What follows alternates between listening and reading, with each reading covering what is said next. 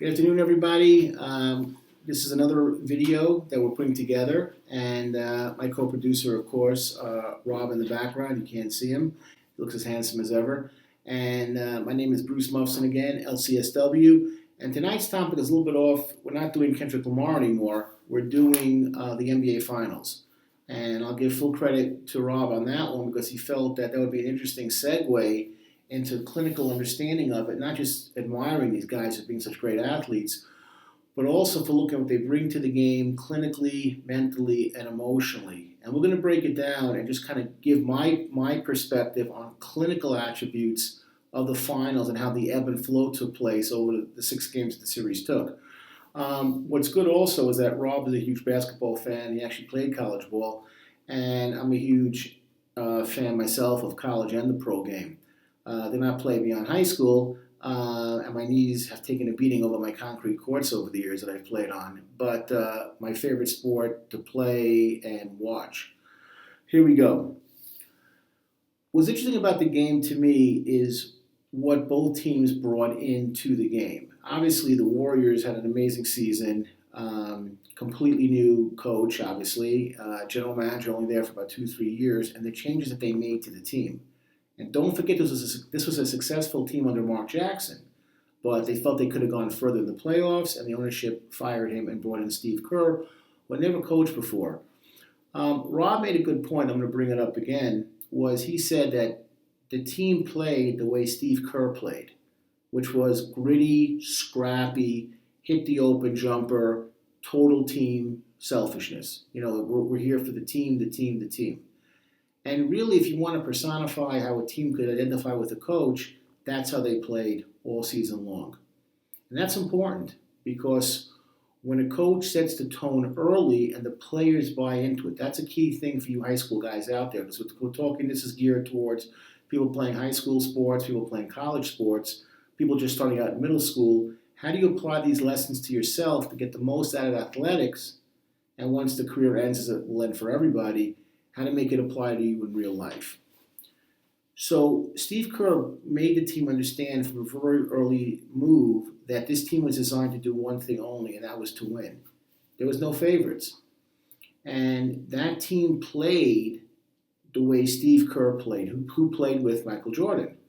And he knew his role, he knew what his understanding was, he knew he was there to hit the occasional open three. That was it. And Steve Kerr had a fairly solid NBA career. Not a superstar, but understood his role. And that's what he got these Warriors to buy into from very, very, very early into the season. 2 stories I want to share about Steve Kerr that I find interesting. Number one was that he took David Lee, who had been an all-star for my team, the Knicks, and had been a starter for the Warriors, and made him a bench player. And replaced him with Draymond Green, who was a good player, but not the Draymond Green that we know now. And Draymond Green made a comment about this. He said, first of all, Kerr went against established protocol. Because usually the way it works in the NBA is if a player is hurt, a starter gets hurt, once the starter recovers, he goes back into the starting lineup, and the player, no matter how well he's playing, goes back to the bench. Just protocol and how they personify things. He said Kerr broke tradition. He kept Green in the lineup. He said, we're playing better with Draymond, so if it ain't broke, why fix it concept? And that sent shockwaves through the team that he was interested only in winning. Now, Draymond Green also said something interesting. He said that David Lee, could have been a real jerk about it. Could have been a cancer. And instead, Lee was like, let's do it. We can win. I want to be on a winning team, a championship team. So he was supportive. So people's contribution doesn't always have to be literally on the court. It could be off the court as well. Like, what kind of clubhouse leader are you? And for anyone, middle school, high school, college, are you a cancer? Or do you bring something to the table? And believe me, people pick up on this. So to Draymond Green's credit and to David Lee's credit even more, the team gelled. Another thing also, I was watching a game, they're playing against Phoenix, one of the worst teams in the NBA this season, and they had like a 20-point lead going into the fourth quarter. And Phoenix made a comeback and knocked it down to about 11. I saw Steve Kerr timeout, and he ripped into the team. And he was yelling at them, what are you doing? Where's the intensity? Why are you not putting this team away? Why are you giving them a chance to think that they could be successful? And they went out, ripped off 10 straight. We went back up to 20. The game ended, they won by 15. Now, this was a meaningless game against a terrible team, and even if they would have had a bit more of a run, they probably would have run out of gas anyway, and Golden State still would have won by, let's say, 6 or 7. But Kerr wanted to set an example and a precedent. Never, ever, ever let a team get off the ground. If you can crush them, you crush them. And if you notice the Warriors in the fourth quarter, explosive all year long. Never give up. Crush them, crush them, crush them. Never give them a chance to be successful. Now, if you kids out there are playing sports, and this goes for girls and boys, I mean, don't be a jerk about it. Don't showboat. Don't humiliate the other team. But you play to win. Because a 2-1 game is a lot different than an 8-1 game. So you go up there to hack, you go up there to swing, you go up there to throw. You're not worried about, fairness. If it's a weak team, they shouldn't be playing you in the first place. That's their problem. But you go up there every single time, whether it's at bat, shooting, throwing a football, catching, blocking, you take every sequence seriously. Because the next time you see that team, trust me, they will think prior to what happened when they played you last time. And that's a mental edge that we're going to kind of talk about today, is how to get stronger in what you do mentally, that you believe you deserve to win. Okay? All right, now I want to go over a couple other things. Draymond Green initially started off the finals was weak. Like the first 2.5 games was almost like non-existent. And at one point they said he was almost at the favor of being benched, and he actually was benched for like half a game. But after that wake-up call in Game 3, Games 4, 5, and 6, stronger. He started to peak. Because what happened, I believe, it took a few games for Draymond Green to believe that he belonged there. That he deserved to be a starter, that he was a starter, that he was above average player, not necessarily a superstar, but that he belonged. He had to find his footing, so to speak. But as the games went on, his points went up, his rebounds went up, his assists, you could see he was playing with confidence. He started to believe he belonged. Any one of you watching this tape, if you want to do anything well in sports, in life, anything, you gotta believe you belong at that table. If you don't believe it, you know what? Hang it up, go play recreational sports, go be some office drone, go be a worker bee. You're not cut out to be in charge. Nothing personal, not angry about that, just saying it as it is. You're not meant for bigger and better things. You found your niche. Draymond Green had to realize, I belong. I wasn't a starter, but this year I am. The NBA playoffs, each round gets tougher, as understandably it's supposed to. But it took a while to get that footing, to get that confidence back. And then at one point he screamed back when he made a basket, I'm back. I'm here. Confidence. Another guy I look at is Harrison Barnes. Another player who, up and down, but this year came through. Not as a number 1 guy, 2 guy, necessarily even a 3 guy, but a 4 guy. And knew his role. Finish strong, make dunks, play good defense. And the points will come to you. And it's so interesting when you do the dirty work, what happens. When you make that extra block, that extra pass, that extra throw, looking for the open man, so to speak. When you're thinking about other people besides yourself, you get the ball, you become successful. How many times did Harrison Barnes score on dunks, on rebounds, on putbacks? Because he was hungry. He'd get fouled, make the point, now it's a 3-point play. They didn't box him out, they didn't block him out. Unsung, unselfish, above average athlete. And for you guys out there, and again, I'm going back to girls as well, don't be afraid to do the dirty work, even in life. You stay a little bit later. You make the copies. Nothing is beneath you. So many people are like in life, it's beneath me, it's beneath me, it's beneath me. Nothing's beneath you. If it's going to help you grow, you do it. Andrew Bogut, the center. It's interesting again with Steve Kerr. This was a guy, he has a history of being injured, but was basically a starter his whole career. Comes to the finals, he's playing, but not playing all that well, seemed tentative on offense. What did Steve Kerr do? He benched him. and he went to what's called now the classic small ball. Not afraid to make a decision. And what did Bogut do? He accepted it. He sensed that he was not the player he needed to be for those games. He sat down for Barnes and Draymond Green, Sean Livingston to get more minutes and let them do it. And he went in there basically to foul people, put the hurt on people, put a body on people. That's okay. You learn that you have to sometimes do different things that you wouldn't normally do for the betterment of others. If you want to have a happy marriage, you'll understand that. And when you think about other people, what their needs are, you automatically become successful because people look at you in a different light. Okay, Steph Curry. My claim to fame, Steph Curry and I actually spoke. It wasn't that, he was yelling at me from a game, because I was cursing and screaming. They have tournaments every year in Las Vegas. And the tournaments that they have around Thanksgiving time, no one goes to. And I end up sitting by myself generally because maybe 200 people show up, and most of these are alumni and the parents of the kids playing. He came in, he was playing for a team called Liberty, the Liberty Flames. This is before Davidson. And I'm watching him play, and I see in the second quarter, he hits like 4 shots in a row, four twos and a couple of threes, boom, boom, boom, boom, boom. I'm like, who is this kid? I'm thinking it's his daddy Del Curry? Turns out, of course, it was. After the game was over, he was walking up, because the only things you walk up the stairs to go, I guess he was going getting something to eat.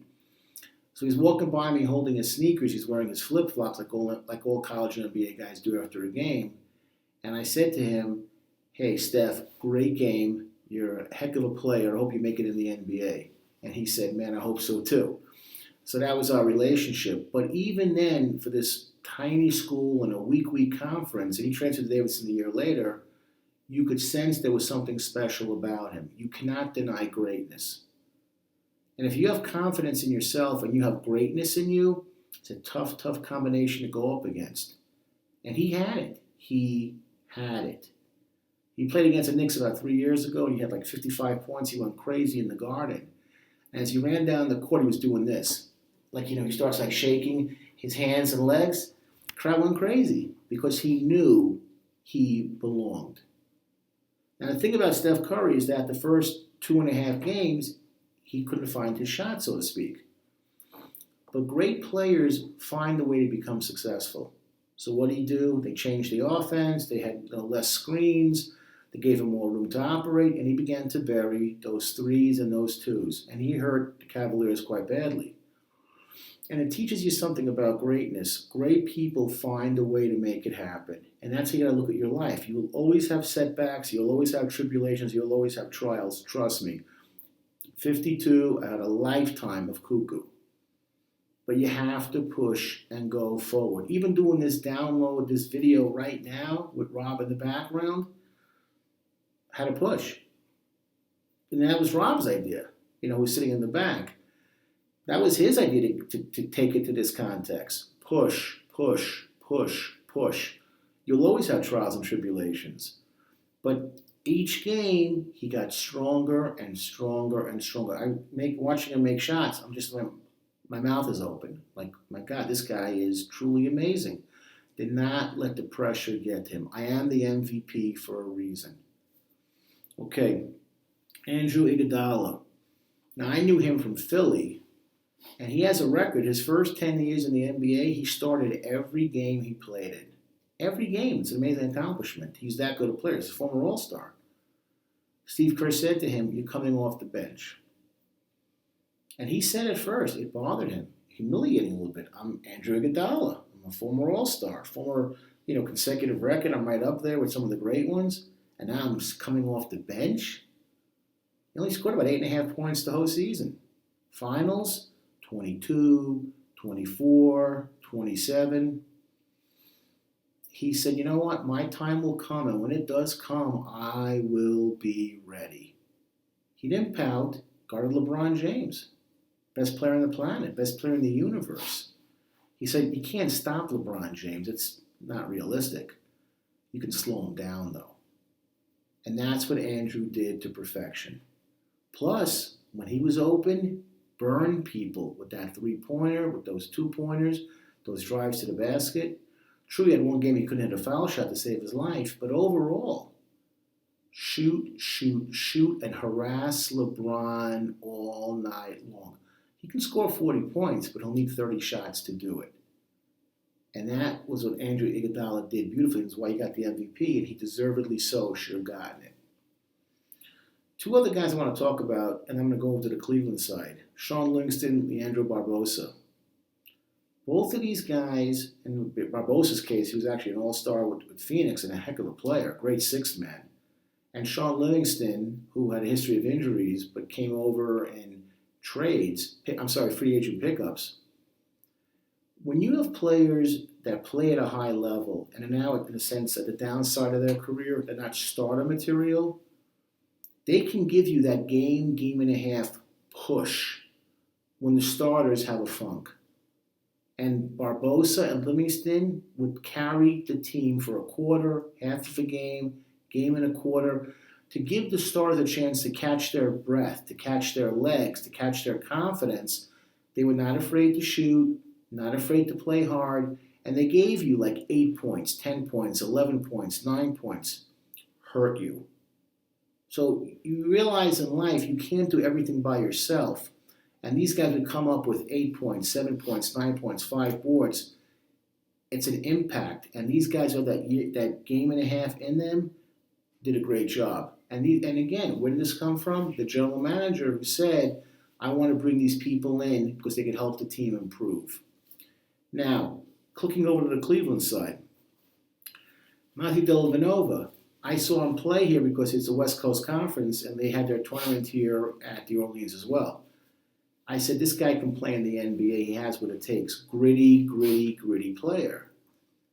But here's the thing, and Matthew's going to have to make a decision in the offseason where he's going to go with this. You can harass a Steph Curry for a game or two, and you can probably get away with that with most of the guards in the East. Well, playing against Steph Curry is not easy. It's exhausting because he's so magical in what he can do and can't do. Not much he can't do.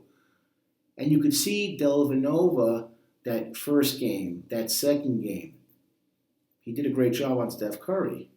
But by the third game, by the third quarter, you saw Steph Curry realize, I can take this guy. I can harass this guy. And he started to do so.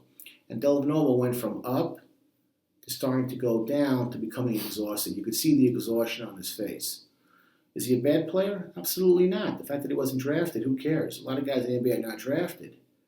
But you're going to have to go back and think to yourself, like, what can I do over the summer to get better?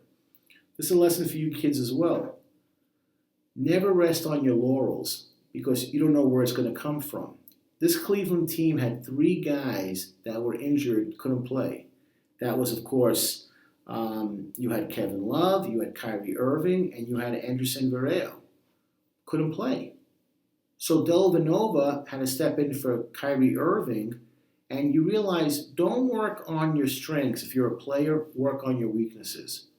You can already do something well. That means you can do it well. But if you can't hit a foul shot, you have a problem with defense, you don't have a consistent jumper, work on your weaknesses because Dellavedova's shooting as the games went on, became harder and harder for him to buy a shot. Exhausted. Trying to do so much on defense, had no gas left for offense. So something he's going to have to work on. That's something for you guys to work on as well. When the season is over, don't say, I'm done. You got to work twice as hard to work on your weaknesses so you can build up your strengths. LeBron James, what can you say? Amazing. An amazing player, an amazing talent. What do you learn, though? You can't do it by yourself. You have to have help. That's in life. That's in sports. You can't do everything because the mental fatigue becomes exhausting. I was telling this to Rob. I said, people say on the announcers, oh, he looks exhausted out there. Come on. These are some of the greatest athletes in the world. They literally everything about them, from what they drink, what they eat, when they go to the bathroom, is monitored, registered. They're in the prime shape of their lives. They can do anything that mortals can only look at and like, oh my God, he's like a goddess. God, not goddess, he's a god. They're not physically tired. The coconut's tired. They're exhausted. Because when you've got to do everything on every single play, when I would see a foul shot clang off, or a shot that he would miss, or a step back jumper, I saw the exhaustion mentally. Because there was no let up. And that's what kills people with stress, by the way. When you feel like there's no chance, like you can never put the brake on, you got to run. That's how you die. You get a heart attack, you get a stroke that way. I know that for myself. But these guys are not physically drained, they're mentally drained. And when you go through life, you want to try and avoid that situation happening because that's what really can mess you up. Now, Timothy Mozgov learned about himself this playoffs, as did Tristan Thompson. Both realized that they could play in this league, and they could play at a high level. But both have learned, and I'm sure are going to realize over the summer, their deficiencies got exposed. Because when you start peeling things away, and it's just LeBron and other people, you got to step up. So the foul shots you can get away with missing during the regular season against the New Jersey Nets, for instance, no, not against Golden State. Every point's precious. Oh, well, I used to hit a jumper, don't hit a jump shot. It's not that big a deal. We're playing Toronto. Well, against Golden State, you got to hit that jumper. You got to hit that putback because you can't afford to miss. Again, consistently overachieve when you're not used to that way of thinking becomes exhausting. Kevin Love, Anderson Varejao, and Kyrie, we're not going to get into because they were hurt. But you got to look at something like being hurt as well. You get very few chances in life to be successful. There's no guarantees in life that next year things aren't going to happen to you or your loved ones, that things are not going to happen with work, your personal life, your health. When you get a chance to be successful, you grab it by the throat. And you run with it because you never know what's going to happen again. So when you kids out there, you get a chance to be on a team, to play sports, to play ball, you give it your all. Leave nothing on the court. Take every practice seriously, work out, eat right. Don't run around because you never know what's going to happen to you again. You never know. Now, two guys I find interesting is J.R. Smith and Iman Shumpert. They came from the Knicks. Granted, one of the worst teams this year in the NBA, trust me. Now, there were shots that Smith and Shumpert were missing that, let's face it, these are professional athletes. They've taken these shots hundreds, thousands, tens, hundreds of thousands of times they have hit these shots. And they probably made 20, 30 in a row. Here's the problem. Heightened expectations. It's one thing to play against a team that you're killing by 20, so you come in, LeBron wants to take a nap, Kevin Love has only got 15 rebounds already, Kyrie has a sore knee, and you're like, pop, pop, pop, pop, pop, pop, pop. No big deal. There's no one in my face, no defense, I can do what I want at will. Golden State, they're in your face. There's no easy shots. So now the shots that came easy, not so simple anymore.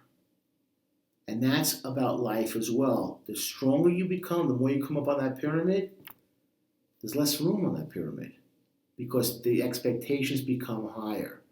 So for you kids out there, again, you want to play sports, you want to go to the next level, all-star level, all-conference, middle school, high school, small college, major college, pro, semi-pro, learn this early. The players get better because the stakes go up. And for these guys, Smith and Shumpert, who I like as players, learn something about themselves. When you're on the brightest stage, there's the least margin for error. Now, one last thing about the coaching. Steve Kerr made a comment that the decision to take out Bogut for Iguodala did not come from him. It came from a guy named Nick Uren. U-Ren, who's an assistant to the assistant to the assistant to the assistant coach on the Golden State staff. And he said he got a text from Nick saying, hey, let's move Iguodala for Bogut, change the complexion of the team. And Kerr said, I got a text message, it made sense. I said, let's do it. That's having confidence in people around you. And I let me tell you about myself. I mean, I constantly say to Rob, does this video look good? What do you think? What's your impression? I want to get his thoughts. Now, we don't obviously see a picture of Rob, but he's about 20 years younger than me. Good-looking guy, has his tats, happens to be African American, and I can think like, well, I'm so much smarter, this and that, but I rely on him.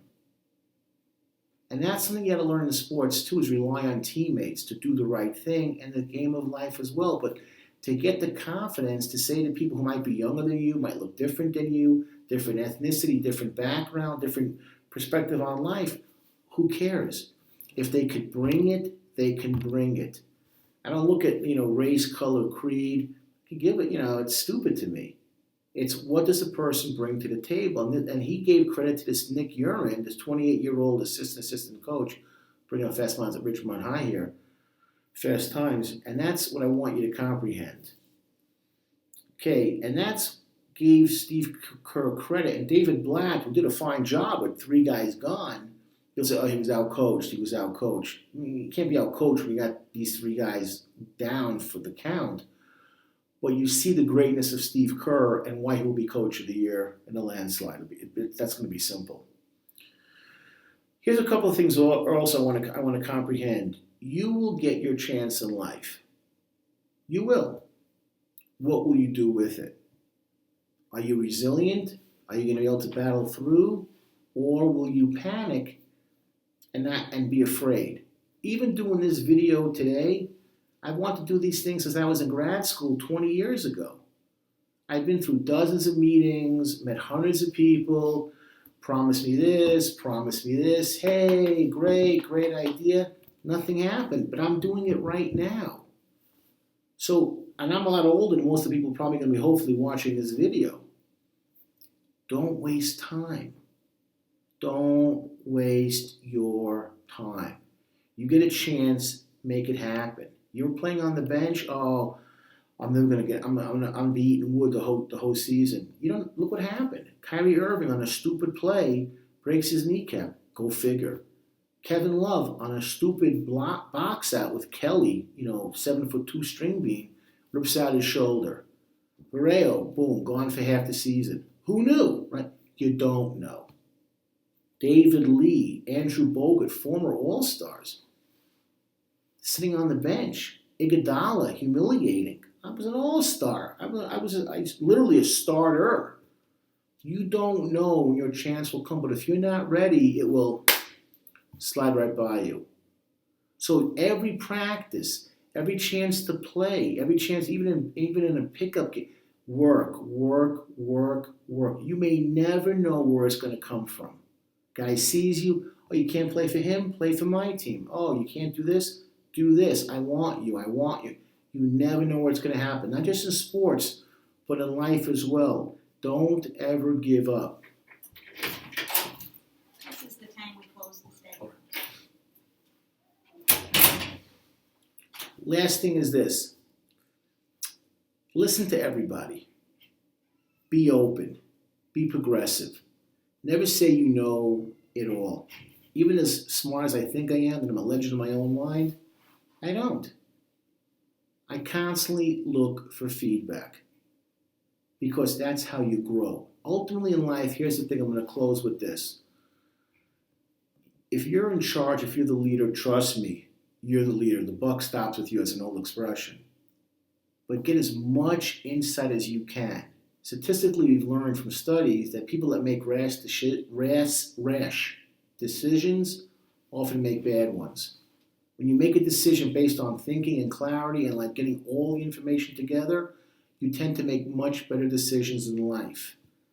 So be open, be progressive. Don't worry about age, ethnicity, who you bring to the table. If they're bright, they're bright.